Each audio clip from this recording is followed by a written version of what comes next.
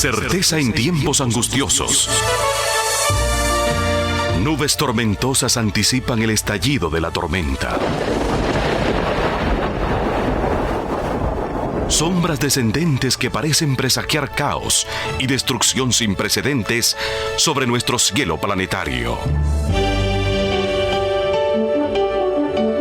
Pero por encima de esas nubes, y desde más allá de esas atemorizadoras sombras sepulcrales, nos llega un claro rayo de esperanza, seguridad y certeza a través del estudio de las profecías contenidas en la palabra de Dios.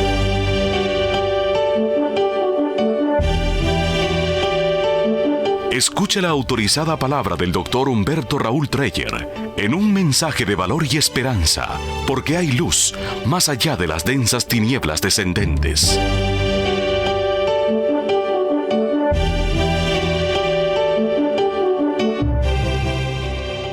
Temen. Los que buscan a Jehová no tendrán falta de ningún bien. Para aquellos de nuestros oyentes que gustan anotar las referencias bíblicas para leerlas después con más calma, lo que acabo de leer son palabras del Salmo 34. En nuestro tema anterior, dejamos a Nabucodonosor, el poderoso monarca de un nuevo orden mundial, de aquel primer gran imperio universal, Babilonia, el primer experimento de globalización en gran escala, en el pináculo de su poder. A diferencia de varios otros capítulos del libro del profeta Daniel, en los que se proporcionan muchos detalles contextuales, incluyendo la identificación cronológica del momento en que se produjo lo que narran, el capítulo 4 solo nos dice que las cosas que presenta ocurrieron en circunstancias en que Babilonia estaba en paz. En palabras del mismo Nabucodonosor, ya que este capítulo es una crónica que él mismo hizo escribir de lo ocurrido. Atrás habían quedado las grandes campañas militares. Ahora las fronteras estaban bien consolidadas. Atrás había quedado la delicada y engorrosa tarea de la organización político-administrativa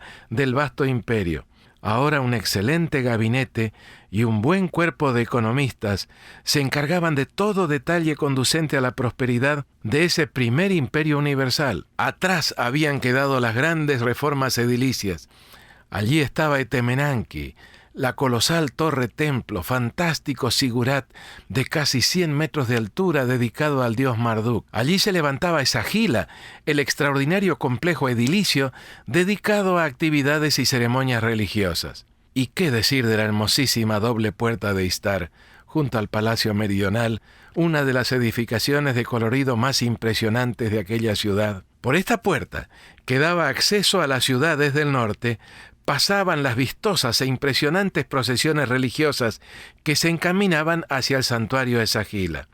Su acceso desde el exterior y el que desde ella conducía al muro interior que protegía a la ciudad estaba flanqueado por muros revestidos de ladrillos esmaltados que exhibían figuras de animales en relieve, casi 600 de ellas y de tamaños diversos. Toros amarillos con manchones de pelaje azul y cuernos y pezuñas de color verde.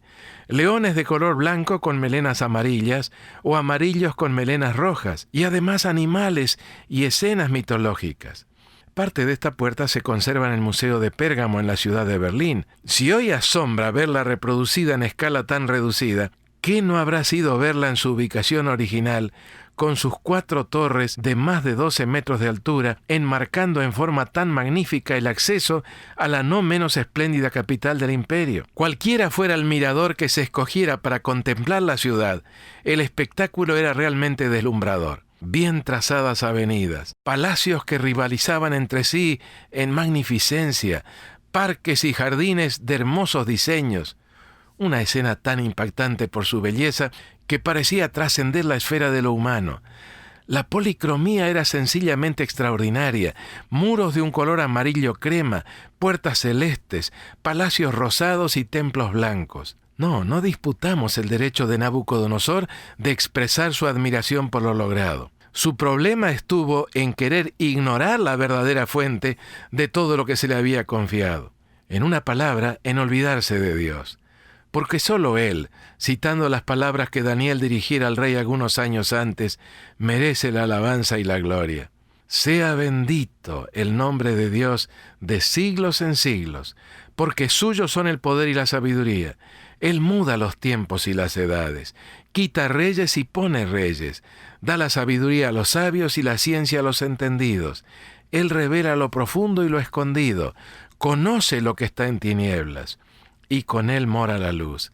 Daniel 2, 20 al 22. Babilonia, según la expresión de mal disimulado orgullo de sus habitantes, era el origen y centro de todas las tierras, el ombligo del mundo. La satisfacción y la vanagloria por todo lo realizado se reflejan en varias inscripciones cuneiformes encontradas entre las ruinas de Babilonia y que han sido traducidas por los expertos. En todas ellas, el rey expresa su gran admiración por su propia obra. Permítanme, amigos, compartirles algunas pocas de ellas. En Babilonia, la ciudad que yo prefiero, que yo amo, está el palacio, el asombro del pueblo, el vínculo de toda la tierra, el brillante palacio, la morada de la majestad sobre el suelo de Babilonia. Otra inscripción. Oh Babilonia, quien quiera que te contempla se llena de regocijo. Quien quiera que habita en ti aumenta su vida. Quien quiera hable mal de Babilonia es como quien matara a su propia madre. Babilonia es como una palmera datilera, llena de dulzura, cuyo fruto es hermoso de contemplar y gustar. Y aún una más del mismo rey. Yo he construido a Babilonia, la ciudad santa, gloria de los dioses más excelsos.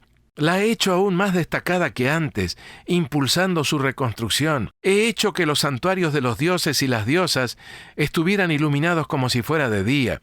Ningún otro rey, entre todos los reyes, jamás ha creado.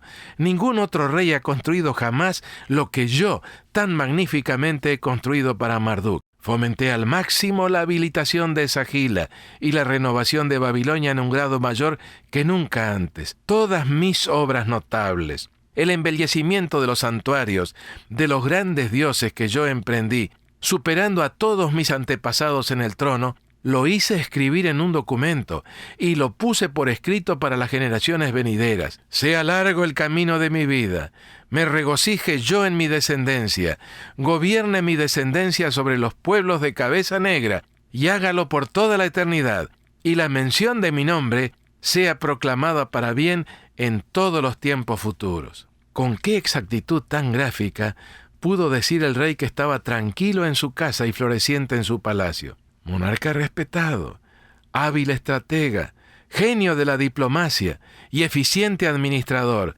Todo lo tenía, o por lo menos creía tenerlo. No debiéramos condenarlo demasiado apresuradamente por su orgullo.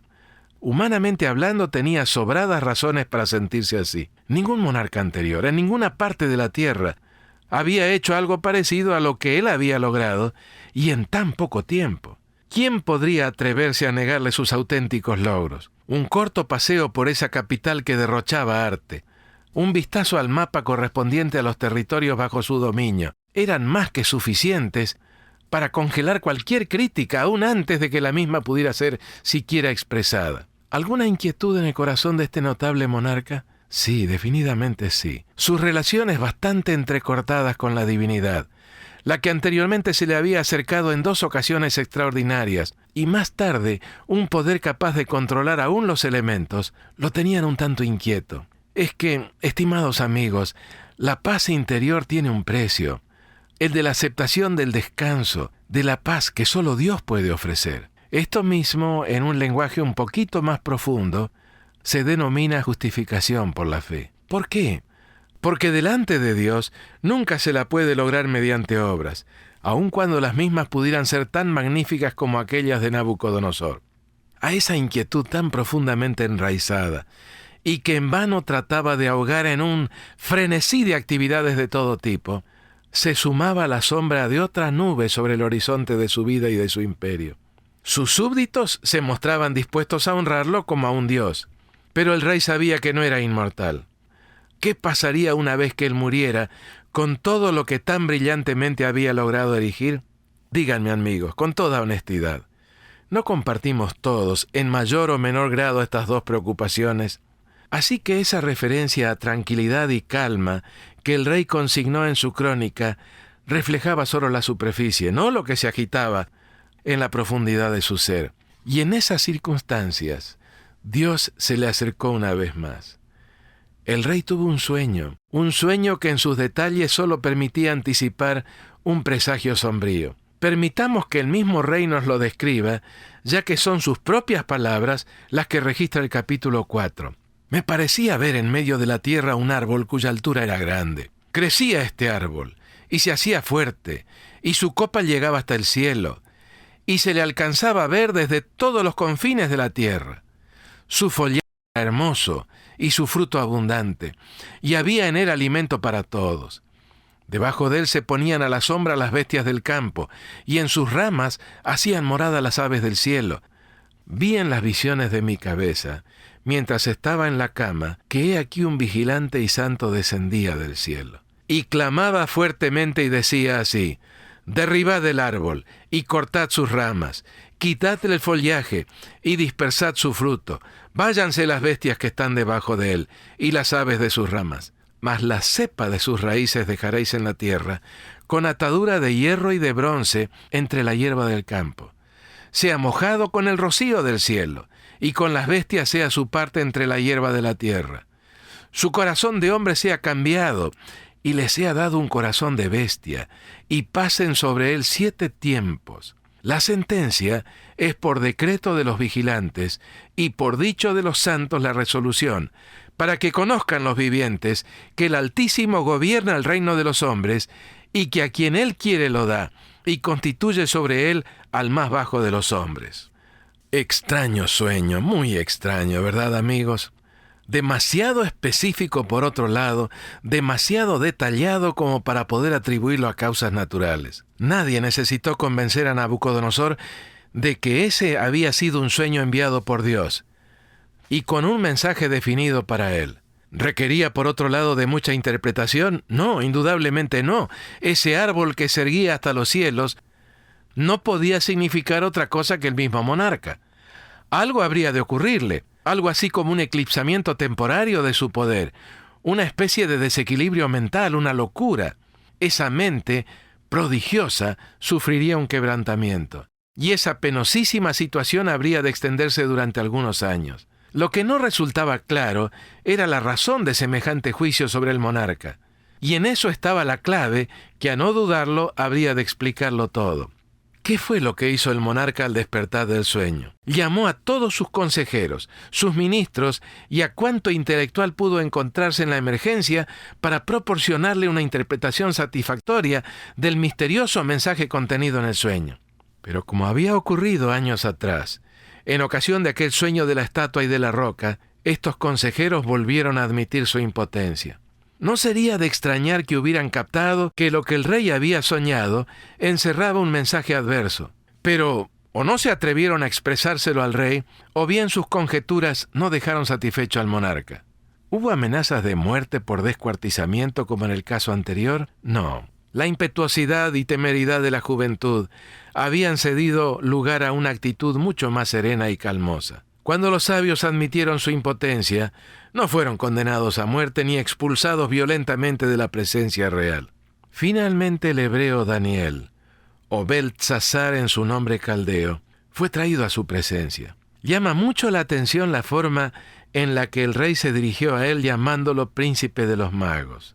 Debe recordarse, sin embargo, que el término mago no tenía en aquellos tiempos el mismo significado que en los nuestros. Era simplemente otra forma de referirse a alguien en una posición encumbrada, en este caso, como jefe supremo de todos los sabios de Babilonia, posición a la que se lo había ascendido en ocasión de la interpretación de la imagen simbólica del sueño de Nabucodonosor. Con total confianza en su capacidad de ayudarlo, y haciendo referencia otra vez a su convicción de que en Daniel estaba el espíritu de los dioses santos, el rey le narró los detalles de su sueño. A medida que el rey iba narrando lo que se le había mostrado, el profeta captó la seriedad del mensaje y la enorme responsabilidad que Dios estaba colocando sobre él como intérprete y transmisor de una advertencia de juicio para el orgulloso monarca.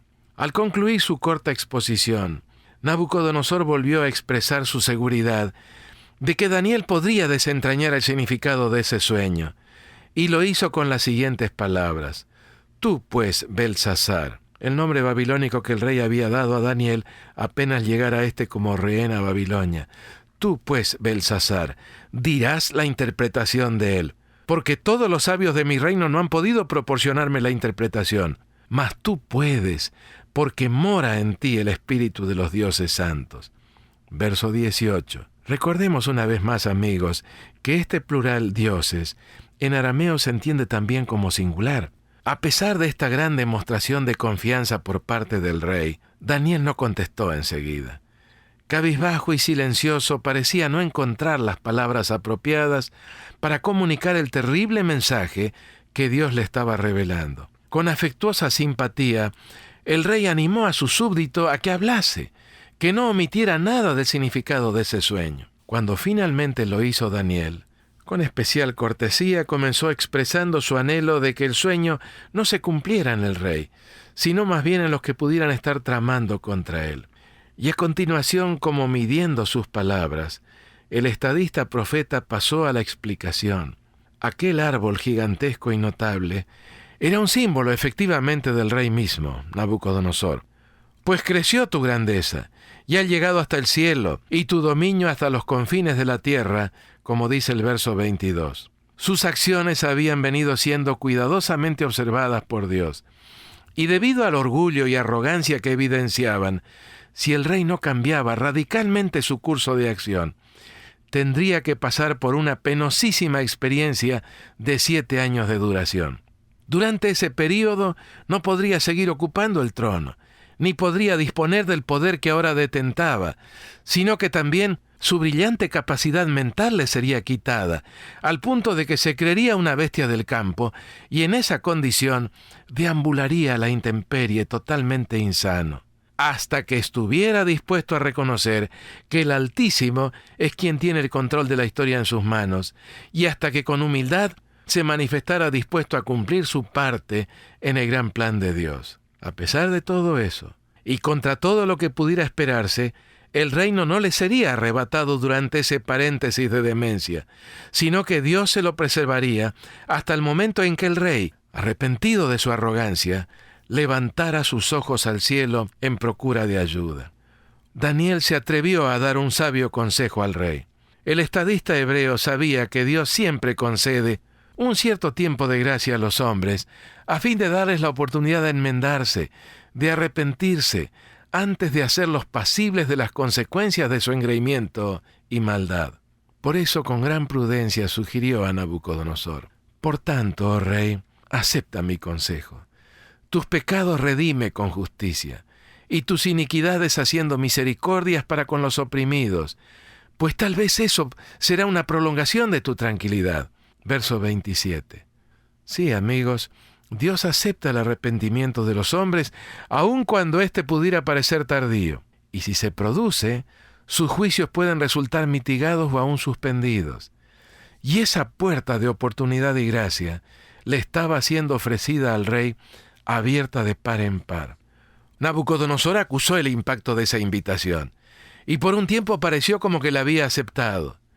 Pero como también había ocurrido en las oportunidades anteriores, las impresiones de la advertencia divina no fueron duraderas, y a las pocas semanas del sueño, ya estaba otra vez el rey con los mismos sentimientos de antes. Triste es decirlo, pero volvió a oprimir a sus súbditos, y toda su energía se volcó otra vez al logro de un mayor ensalzamiento propio. La paciencia de Dios, esa maravillosa paciencia divina, se prolongó por 1 año entero, pero todo fue en vano. Al cabo de 12 meses, según las palabras del mismo Nabucodonosor, cierto día, mientras se paseaba por la terraza de uno de sus palacios, dejó escapar las necias palabras que colmaron la copa de su culpabilidad. ¿No es esta la gran Babilonia que yo edifiqué para casa real con la fuerza de mi poder y para gloria de mi majestad? Verso 30. Todavía no se había apagado el eco de sus palabras, cuando otra voz se dejó oír desde los cielos, y el rey comprendió al oírla que había llegado el momento de la ejecución de la sentencia. El rey había llegado al punto de perder la confianza en la interpretación que Daniel le había dado, pero la cuenta regresiva había continuado inexorablemente, y ahora el rey comprendía, tarde ya, que había ido demasiado lejos. Aquella voz misteriosa le dijo con toda claridad: «A ti se te dice, rey Nabucodonosor, el reino ha sido quitado de ti, y de entre los hombres te arrojarán, y como a los bueyes te apacentarán. Y 7 tiempos pasarán sobre ti hasta que reconozcas que el Altísimo tiene el dominio en el reino de los hombres y lo da a quien Él quiere». Versos 31 y 32. Ya no hubo plazo adicional alguno. La sentencia advertida y anticipada un año antes se cumplió.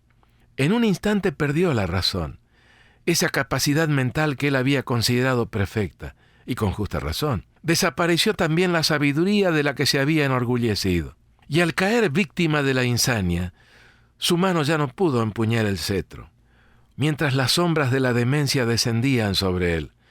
Todavía alcanzó a recordar que si bien las ramas del árbol serían cortadas y esparcidas, si bien el tronco sería talado, todavía quedaría un tocón, un muñón de lo que fuera aquel gigantesco árbol, y se lo preservaría de la inclemencia de la intemperie con algo así como un aro metálico que impediría su descomposición y desintegración.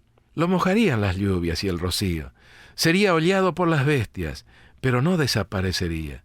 Y así habría de llegar el momento cuando comenzaría a brotar otra vez y a erguirse fructífero y protector como lo había sido antes. A partir de ese momento, y durante 7 años, el rey se convirtió en el asombro y vergüenza de sus súbditos. Viviendo a la intemperie como un animal, y a vistas de todo el mundo fue humillado hasta el polvo. No es necesario buscar el equivalente de este tipo de insania en los anales de la medicina, aun cuando el diccionario registre términos tales como licantropía, boantropía y zoantropía, para designar efectivamente los síndromes lobo-hombre, buey-hombre y animal-hombre. Dejemos que otros discutan los síntomas y terminología galena que pudiera corresponderles. Lo cierto es que lo que el rey experimentó no fue algo que podría considerarse meramente como un trastorno natural, sino algo en lo cual el amor de Dios hacia el rey tuvo una intervención directa. Que el reino no le hubiera sido quitado durante ese lapso, hoy nos resulta fácil de comprender gracias a los hallazgos de la arqueología. En efecto, en aquel entonces se creía que todos los dementes estaban en ese estado por haber caído bajo el dominio de malos espíritus. Matar a un loco hacía que el demonio o los demonios se posesionaran ahora de los asesinos, trastornándoles la razón. Y quitarle o robarle alguna cosa, aprovechándose de su enfermedad, hacía pasible de una espantosa venganza de parte de los mismos espíritus a los autores de una injusticia tal. Por esa razón, en el mundo de aquellos días, lo único que se hacía con los dementes era apartarlos de los suyos y separarlos de sus responsabilidades. La expresión del verso 15, con atadura de hierro y de bronce, bien podría referirse a alguna cadena con la que hubieran atado a Nabucodonosor para impedirle que deambulara por el palacio o que se fuera demasiado lejos del mismo. Afortunadamente para el rey, el resto de la predicción también se cumplió. A pesar de que deambuló como una bestia durante 7 largos años, al punto de que comía hierba como los bueyes, y su cuerpo se mojaba con el rocío del cielo. En la vívida descripción contenida en el verso 33, Dios no lo olvidó ni por un solo momento. Al cumplirse el lapso anticipado, ocurrió lo maravilloso. Nabucodonosor recuperó la razón, y el retorno a la racionalidad coincidió con su conversión. Por un milagro divino, que fue hecho posible cuando en un fugaz destello de inteligencia, el rey reconoció a ese Dios, no ya únicamente como un ser que conoce todas las cosas, no ya exclusivamente como un Dios que tiene poder para librar a todos los que en él confían, sino como su Dios personal, el dador de su vida. El monarca pasó instantáneamente de la condición de una bestia bruta a la de un ser humano en plena posesión de sus facultades mentales. En realidad, de verdad, mis estimados amigos, algo parecido, aunque no siempre tan espectacular, ocurre toda vez que un hombre se convierte y entrega su corazón, su mente, su vida toda a Dios. Es que recién se llega a ser verdadera y plenamente hombre o plenamente mujer cuando se reconoce a Dios como el único soberano de la vida. ¿Y cuál fue el primer impulso del rey? ¿Qué fue lo primero que hizo al recuperar su razón? Pues alabar y glorificar a Dios, cuyo dominio es sempiterno, y su reino por todas las edades, según lo registra el verso 34. El maravilloso testimonio de quien por largos años había sido un monarca orgulloso y arrogante fue señal indiscutible de su plena conversión. En el epílogo de su proclama real, el rey expresó: «Mas al fin del tiempo, yo, Nabucodonosor, alcé mis ojos al cielo, y mi razón me fue devuelta, y bendije al Altísimo, alabé y glorifiqué al que vive para siempre, cuyo dominio es sempiterno, y su reino por todas las edades. Todos los habitantes de la tierra son considerados como nada, y él hace según su voluntad en el ejército del cielo, y en los habitantes de la tierra, y no hay quien detenga su mano y le diga: ¿qué haces?». En el mismo tiempo mi razón me fue devuelta, y la majestad de mi reino, mi dignidad y mi grandeza volvieron a mí, y mis gobernadores y mis consejeros me buscaron, y fui restablecido en mi reino,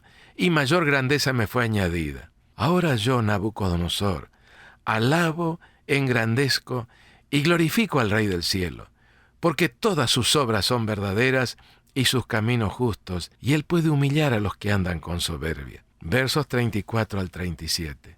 Como pecador contrito y convertido, reconoció en su proclama la justicia de ese Dios al que por fin reconocía como dueño y soberano de su vida. Las escenas de la historia de Nabucodonosor registradas tan certera y magistralmente en el libro de Daniel culminan con su retorno a la razón y al trono. Al advertir que había recuperado sus facultades mentales, sus súbditos, que tan pacientemente habían esperado que transcurriera el lapso anunciado de los 7 años, lo reinstalaron, alborozados en el poder, devolviéndole su majestad y su grandeza, y el que fuera un gobernante intolerante y tiránico se había convertido en un rey sabio y compasivo. El rey que había sentido que no necesitaba a Dios y que más de una vez había tratado de desoír sus advertencias y de colocarlo de lado, humildemente reconocía ahora su poder y se dedicaba fervorosamente a llevarlo al conocimiento de sus súbditos, promoviendo así su felicidad y bienestar. Como también lo expresara Elena White, ahora estaba cumplido el propósito de Dios, de que el mayor reino del mundo manifestase sus alabanzas. ¡Qué experiencia tan tremenda la que le tocó vivir a Nabucodonosor! Es que Dios, de quien las Sagradas Escrituras tantas veces afirman que no hace acepción de personas, ni manifiesta favoritismos, amaba a este impetuoso rey en la misma forma en la que había amado a los reyes de su pueblo, de Israel y de Judá. No lo veía como era, arrogante y engreído, sino como podría llegar a ser si permitía que la gracia divina tocara su corazón. Este rey quería ser grande, pero no conocía el camino que lleva a la verdadera grandeza. En su propia inteligencia, escogió equivocadamente el camino del orgullo, camino que siempre termina en desilusión y miseria. Muy poco antes el profeta Jeremías había escrito: «Así dijo Jehová, no se alabe el sabio en su sabiduría, ni en su valentía se alabe el valiente, ni el rico se alabe en sus riquezas, mas alabes en esto el que se hubiere de alabar, en entenderme y conocerme, que yo soy Jehová, que hago misericordia, juicio y justicia en la tierra, porque estas cosas quiero, dice Jehová». Jeremías 9, 23 y 24. Nabucodonosor falleció gozando de plena prosperidad y paz en el año 562 a.C. No necesitó de nuevas lecciones para entender que el poder que él tenía le había sido otorgado por Dios con un propósito definido. Comprendió plenamente lo que muchos otros gobernantes nunca alcanzaron a comprender: que a cada nación que asciende al escenario de este planeta se le permite ocupar su lugar a fin de comprobar si cumplirá o no los propósitos del sublime vigilante santo. Babilonia, Medo-Persia, Grecia y Roma, y todas las demás naciones que existieron o que existen al presente, tuvieron y tienen su periodo de oportunidad. Cuando su plazo de prueba termina, su poderío se eclipsa y desaparece su dominio. Si algún gobernante, si algún país albergara la vieja presunción de eternidad, de permanencia, estaría completamente equivocado. Y sigue siendo verdad que en medio de las disensiones y el tumulto de las naciones, el que está sentado más arriba de los querubines sigue guiando los asuntos de la tierra. Elevemos una plegaria a Dios que está en control de la historia, y no solamente de la historia de las naciones y del mundo, sino también de las historias individuales, de la historia de su vida, estimado amigo y apreciada amiga, y de la mía. Oremos. Nuestro Padre que moras en los cielos, en la forma en que nuestro Señor Jesús nos enseñó a hacerlo, es decir, invocando su nombre y su mediación, nos acercamos a ti con nuestros corazones contritos, necesitados de tu ayuda y dispuestos a aceptarla en nuestras vidas. Hemos estudiado una instancia en la que tu poder se manifestó echando por tierra el orgullo que anidaba en el corazón de un monarca. Nosotros no somos monarcas, pero el mismo orgullo puede tener cabida en nuestro corazón, tal vez en estas mismas circunstancias. Queremos rogarte que abras nuestros ojos, que nos veamos como realmente somos, y que si anhelamos la grandeza, podamos buscarla por el único camino que tiene tu aprobación, el camino del reconocimiento de que nuestras vidas solo pueden gozar de paz, genuina paz, cuando están en tus manos y bajo el control de tu poder. En el nombre del Señor Jesús, e invocando esta bendición sobre todos nuestros queridos radioescuchas. Amén. Certeza en tiempos angustiosos.